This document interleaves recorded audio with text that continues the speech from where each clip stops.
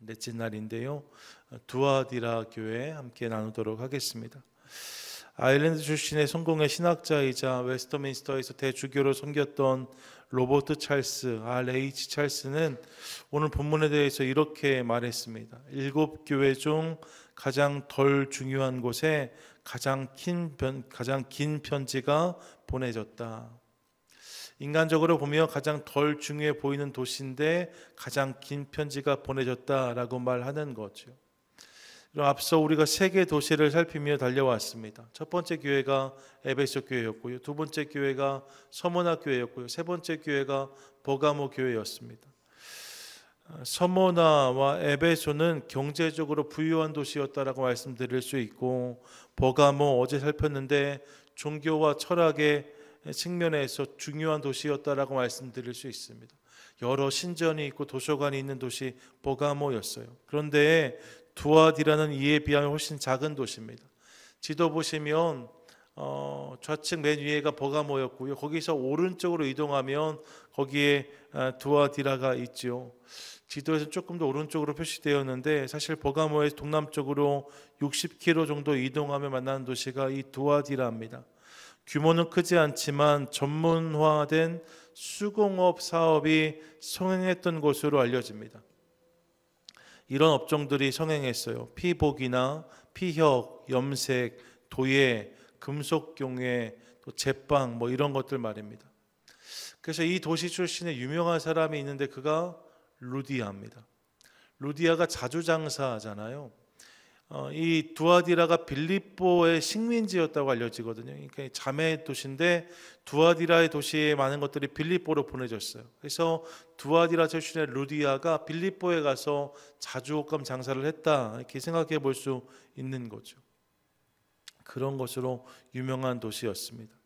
일종의 패션과 문화의 도시라고 할 수 있어요. 두아디라가 터키어로는 아히사르인데 하얀 성을 의미합니다. 그러니까 산토리니, 여러분 그 정도까지는 아니겠지만 나름 아름답게 꾸며진 작지만 수려한 도시의 모습을 상상해 볼 수 있습니다. 사진 몇 개를 준비했는데 이런 모습이요. 다음 사진 보시면 하얀색 대리석으로 되어 있는 도시의 모습을 상상해 볼 수 있는 거죠.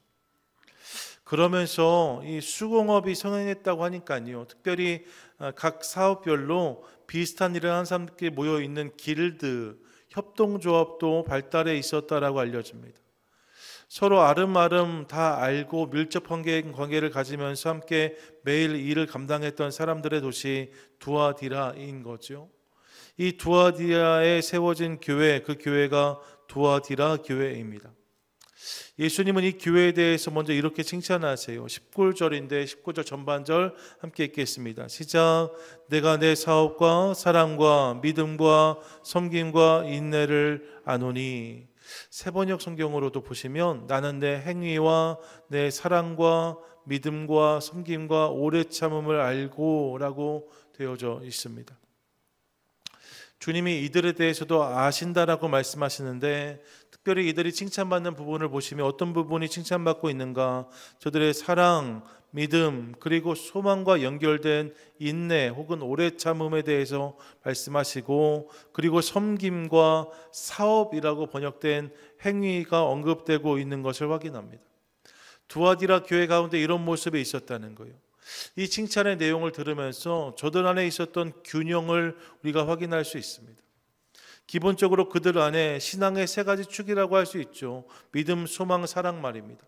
이 믿음, 소망, 사랑의 뼈대가 분명히 서 있었고 여기에 이 신앙이 섬김과 행실을 통해서 드러나고 보여주는 교회, 그 교회가 두아디라 교회였다는 거예요.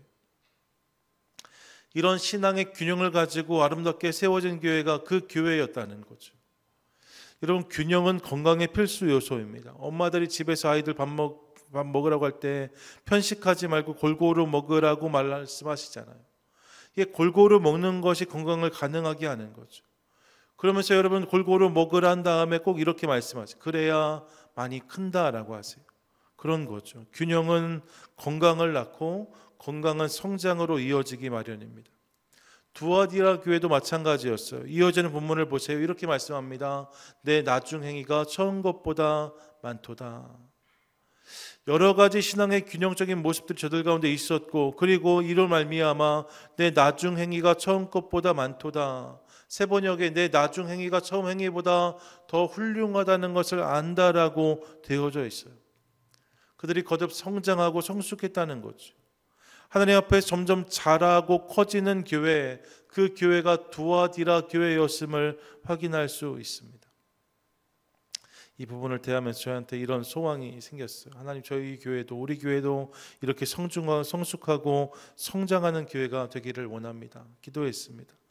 여러분, 나중 행위가 처음 행위보다 많은 교회 말입니다. 나중 행위가 처음 행위보다 훌륭한 교회.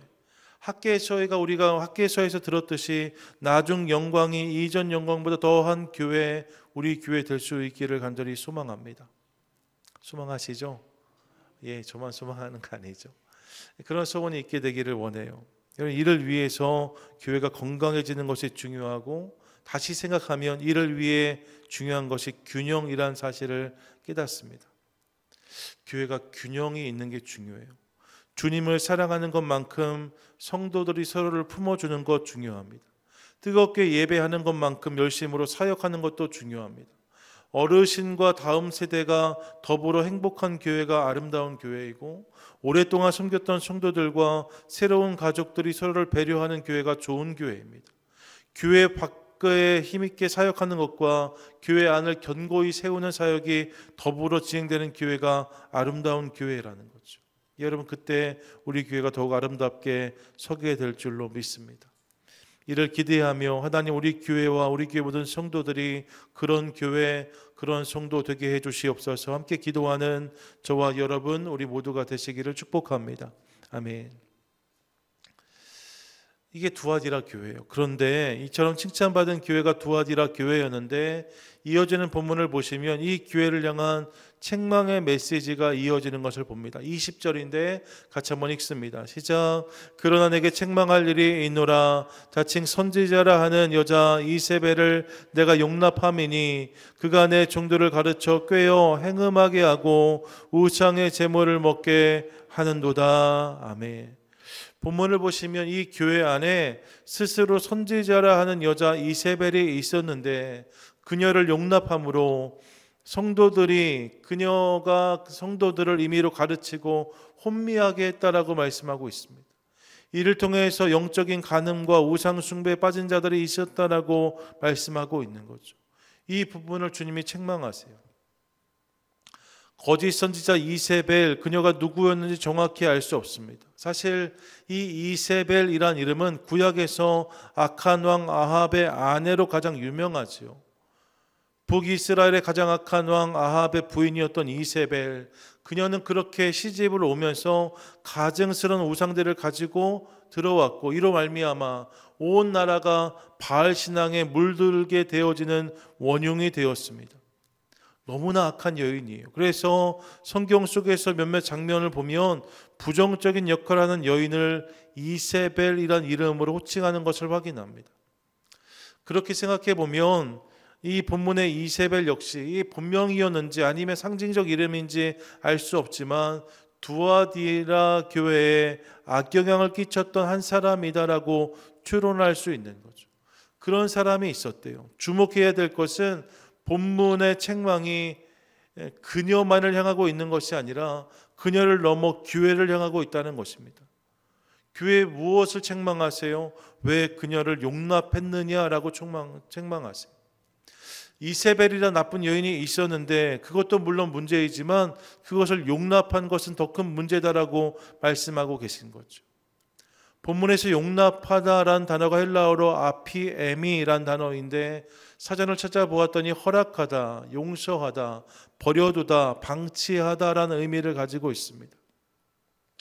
교회 안에 무언가 안 좋은 영향력이 있었는데 그들도 이를 다 알았어요. 그런데 이를 그냥 용인하고 내버려 두었다는 거죠. 이로 인해 여러 사람들이 그 잘못된 가르침에 넘어가게 되었다라고 말씀하고 있는 거예요. 이어지는 부분 21절 보세요. 21절 같이 읽겠습니다. 시작. 또 내가 그에게 회개할 기회를 주었을 때 자기의 음행을 회개하고자 하지 아니하는도다. 같은 이야기죠. 잘못된 것이 분명히 있었는데 바로잡지 않고 내버려 두었다는 거예요. 돌이키지 않았다라고 말씀하고 계십니다. 이 부분을 책망하세요. 이 부분을 대하면서 저는 오늘 이 부분을 중심으로 해서 두 가지 주제를 잠깐 나누려고 하는데, 그것이 균형과 거룩입니다. 균형과 거룩. 먼저 균형에 대해 생각해 보고 싶어요. 자, 여러분, 그들이 이 잘못을 바로잡지 않았다라고 말씀하는데 왜 그랬을까? 어쩌면 그들 안에 있는 균형에 대한 오해 때문이 아니었을까, 이런 생각을 해 보았습니다. 앞서 말씀드렸던 것처럼 두아디라 교회는 믿음, 소망, 사랑이 있고 잘 섬기고 잘 행하는 교회였습니다. 무엇 하나 빠지지 않았어요. 모든 것을 다 잘하는 교회, 두아디라 교회였다고 할 수 있습니다. 큰 교회는 아닙니다. 하지만 두아디라는 작은 도시 안에서 여러 가지 일들을 넉넉히 감당했던 교회가 그 교회였습니다. 요즘 표현으로 하면 소위 나이스한 교회예요. 나이스하고 세련된 교회, 두아디라 교회라고 할 수 있습니다. 근데 그러다 보니까요, 그들 안에 단호함이 없었다는 거예요.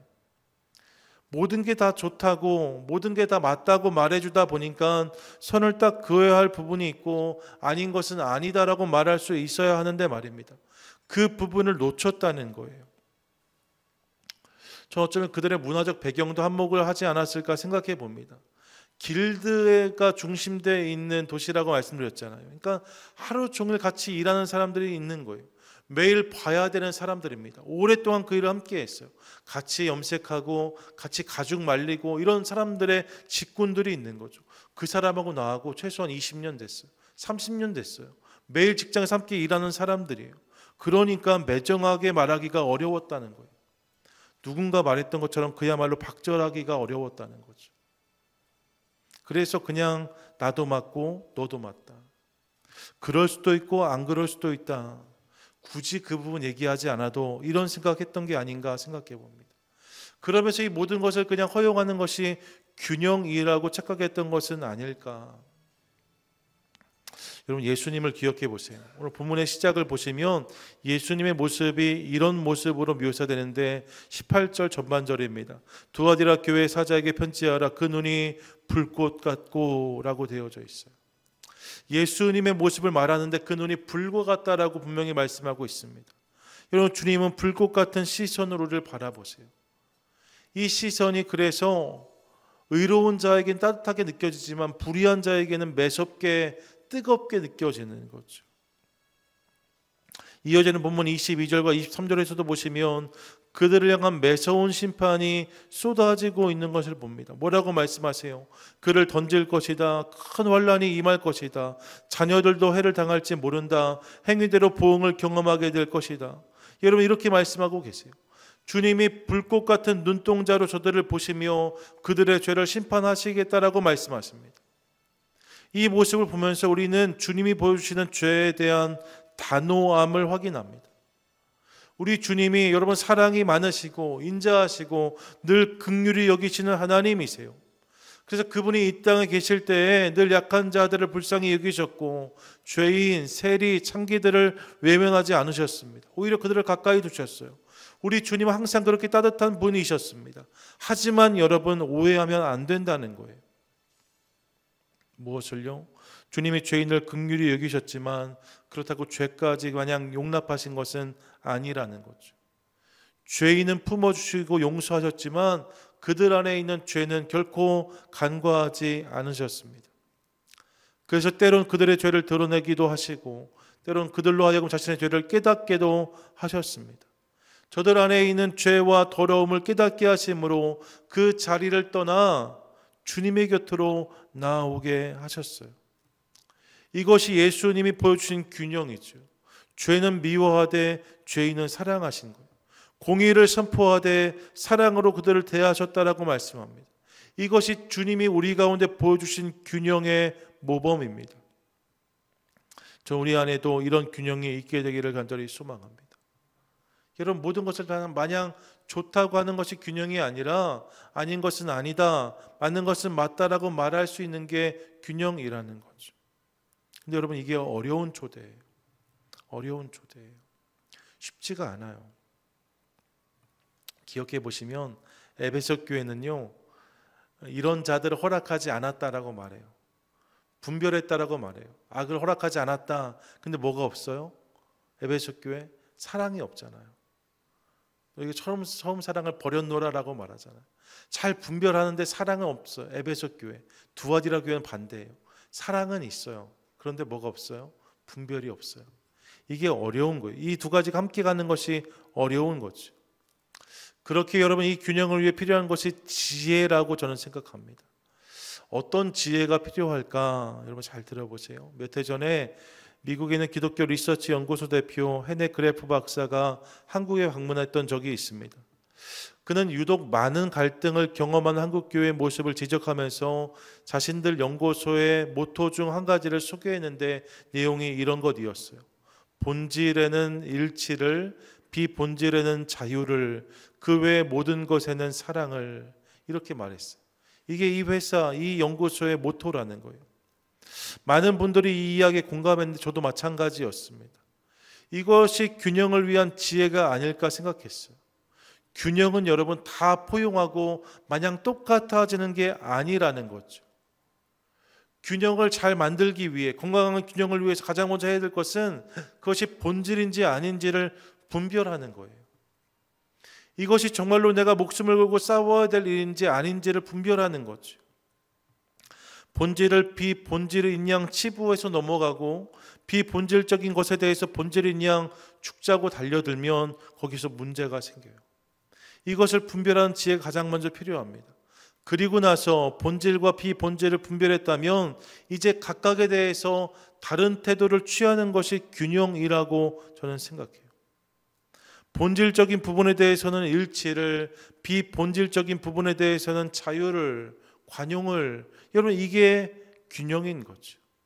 본질적인 부분에 대해서는 믿음을 강조하고 비본질적인 부분에 대해서는 사랑을 강조하는 거예요. 본질적인 부분은 지키려고 노력하고 비본질적인 부분을 바꾸려고 노력하는 거예요. 이게 지혜 있는 균형인 거죠. 이 균형이 공동체를 건강하게 아름답게 만들 줄로 믿습니다. 어렵지만 오늘 도전하고 싶습니다. 사랑하는 여러분, 올 한 해 우리 이 균형에 도전하시죠. 본질과 비본질을 구분하고 각각에 맞는 모습으로 우리 함께 나아가겠습니다. 본질적인 부분에는 일치를, 마음을 모으는 거예요. 비본질적인 부분엔 자유를, 어떻게 해도 상관없는 거죠. 이해해 주는 거예요. 그리고 그 외의 모든 것에 대해서는 무엇을요? 사랑을 품어주는 겁니다. 그 모습이 있을 때 교회의 아름다운 균형이 임하게 될 줄로 믿습니다. 이 사실을 기억하며 그 균형을 만들어가는 저와 여러분 우리 모두가 되시기를 축복합니다. 아멘. 더불어 거룩에 대해 생각하기 원해요. 오늘 본문을 통해서 몇 가지 거룩에 대한 메시지를 확인하는데 가장 먼저는 거룩의 위기는 작은 부분에서 시작된다는 사실을 깨닫습니다. 여러분, 거룩의 위기는 작은 것에서 찾아옵니다. 두아디라 교회의 거룩이 무엇을 통해서 흔들리기 시작했습니까? 한 여선지자를 내버려 두면서부터 저들의 거룩이 흔들리기 시작했다라고 말씀해요. 어쩌면 여러분 이렇게 생각했을지 모릅니다. 얼마나 문제가 되겠어. 언젠가 그러다 말겠지. 하지만 여러분 그렇지 않았다는 거예요. 그들이 방치한 이 작은 문제를 말미암아 여러 성도들이 흔들리고 넘어졌다라고 성경은 분명히 말씀하고 있습니다. 거룩의 위기는 작은 곳에서 찾아옵니다. 여러분 지금 우리가 시대 속에서 씨름하고 있는 거대 담론들이 있잖아요. 여러 가지 문제들 말. 근데 그것도 물론 중요하지만 내 삶 가운데 있는 작은 부분을 내가 놓칠 때에 내 삶의 거룩이 무너지는 거예요. 히브리서 12장 기억해 보시면 12장 4절에 이렇게 말씀하거든요. 함께 읽겠습니다. 시작. 너희가 죄와 싸우되 아직 피 흘리기까지는 대항하지 아니하고.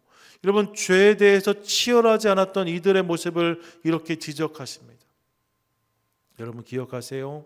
만만한 죄는 없습니다. 한번 따라 하시겠어요? 만만한 죄는 없습니다. 만만한 죄는 없습니다. 여러분 만만한 죄는 없습니다. 만만하게 봤다가는 큰 코를 다칩니다. 그러므로 늘 깨어 우리 안에 작은 죄까지 경계하는 저와 여러분 우리 모두가 되시기를 축복합니다. 아멘. 두 번째로요, 성도의 거룩을 위해 가장 먼저 살펴야 할 것이 나라는 사실을 깨닫습니다. 본문 24절과 25절인데 함께 읽겠습니다. 시작. 두아디라에 남아있는 이 교훈을 받지 아니하고 소위 사탄의 깊은 것을 알지 못하는 너희에게 말하노니 다른 짐으로 너희에게 지울 것은 없노라. 다만 너희에게 있는 것을 내가 올 때까지 굳게 잡으라. 아멘. 본문을 보세요, 여러분. 두아디라 교회 안에 이세벨의 미혹으로 흔들리고 넘어진 자들이 물론 있었답니다. 앞에 그 부분을 이야기했어요. 그런데 이제 24절, 25절 보시면 다른 한편으로는 그 교훈을 거절하고 사탄의 것에 관심을 갖지 않았던 자들도 있었다라고 말씀하고 있습니다. 그러면서 그들에게 다른 것을 요구할 것이 없다라고 말씀하세요. 내가 올 때까지 이를 굳게 지키라, 잡으라고 말씀하고 계십니다. 무엇입니까? 먼저 내가 바로 서는 것이 중요하다는 거예요. 다른 사람이 이렇다 저렇다 하기 전에 먼저 자기 자신의 거룩을, 자기 자신의 정결을 붙잡고 세우는 것이 먼저라는 거죠. 여러분, 이세벨의 유혹이 있었지만 넘어가지 않은 사람들이 있었다라고 말씀하시잖아요. 그런 사람이 우리가 되기를 원하는 거예요. 아합과 이세벨의 악한 시대에도 바알에게 무릎 꿇지 않았던 사람들이 있었다라고 성경은 말씀합니다. 모든 사람이 다 바알에게 가서 무릎 꿇고 모든 사람이 다 바알에게 입 맞춘 것처럼 보이는 시대였지만 그렇지 않았던 사람이 얼마나 있었다고요? 7,000명이나 있었다라고 말씀하잖아요. 주님이 그들을 다시 다음 세대의 소망으로 세우시고 회복의 그루터기로 사용하신 것을 확인합니다. 여러분 기억하세요. 언제나 거룩은 내가 먼저입니다. 언제나 거룩의 문제는 나로부터 시작되어지는 거예요. 다른 이들의 거룩을 말하기 전에 내 거룩을 세우는 것이 먼저라는 거죠. 이를 기억하며 날마다 나 자신을 주님 앞에 삼가고 세우는 저와 여러분 우리 모두가 되시기를 축복합니다. 아멘. 끝으로 여러분 본문을 통해서 저는 거룩을 통해 주어진 상급을 기대하는 것이 중요하다는 사실을 또한 깨닫습니다. 거룩을 통해 주어질 상급을 기대하는 성도가 되자는 거예요. 26절부터 28절까지인데 같이 한번 읽겠습니다. 시작. 이기는 자와 끝까지 내 일을 지키는 그에게 만국을 다스리는 권세를 주리니 그가 철장을 가지고 그들을 다스려 질그릇 깨뜨리는 것과 같이 하리라. 나도 내 아버지께 받은 것이 그러하니라. 내가 또 그에게 새벽별을 주리라. 아멘.